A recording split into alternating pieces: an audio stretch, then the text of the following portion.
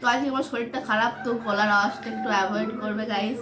তো আজকে আমার মা এখানে সন্দেশ বানিয়েছে পাকা আম দিয়ে। তো চলো খেয়ে দেখি কেমন হয়েছে। দারুণ লাগছে, সেই পুরো একদম মাখা সন্দেশটা যেমন হয় না অমনি টাইপ লাগছে, কাঁচা সন্দেশের মতন টেস্টটা।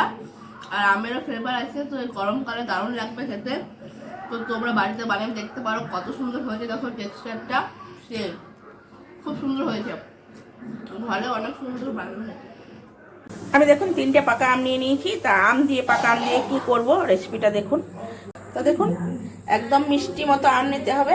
আমটা আমি ভালো করে কেটে ছাড়িয়ে নিয়েছি। আর এখানে চিনি দিয়েছি, চিনির সঙ্গে 2টো এলাচ দিয়ে দিয়েছি। আর সামান্য একটু 1 চামচ মতো ময়দা দিয়ে দেবো, আপনারা কর্নফ্লাওয়ারও দিতে পারেন। তো এটা দিয়ে একসঙ্গে সব আম পেস্ট করে নেবো, কোনো রকম জল দেবো না।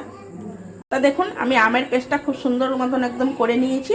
আর এইখানে আমি 1 কেজি দুধকে মেরে, আপনি চাছি বলুন আর ক্ষীরি বলুন, যে যা বলবেন, তো এটা আমি ঘরেই করে নিয়েছি দুধ দিয়ে। এটা 1 কেজি দুধের আপনার চাছিটা আমি করে নিয়েছি। কড়াই চাপিয়ে দিয়েছি। কড়াই এবার আমের পালটা আমি দিয়ে দেবো। ভালো করে নেড়ে চেড়ে আমি চাছিটাও দিয়ে দেবো। তো ক্ষীর আম সব একসঙ্গে আমি দিয়ে দিয়েছি। এবার এটা ভালো করে নাড়তে থাকতে হবে, না তো তলায় কিন্তু ধরে ধরে যাবে। আমি দেখুন এটা একসঙ্গে নাড়তে থাকবো।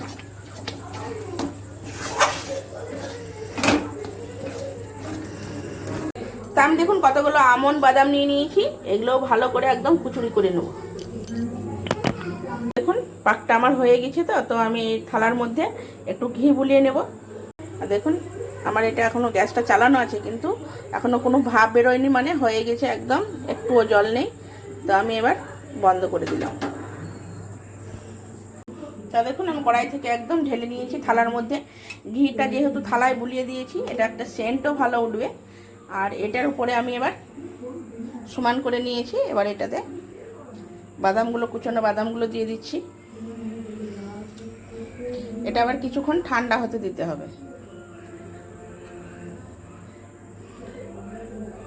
আমি এখন রেখে দেব, ঠান্ডা হবে, তারপরে এটা চাকুতে করে কেটে নেব।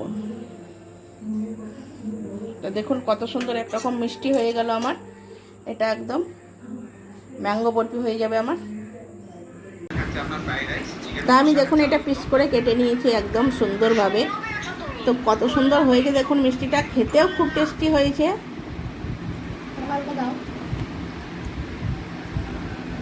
একদম দারুণ হয়েছে, দেখুন কত সুন্দর হয়েছে এটা।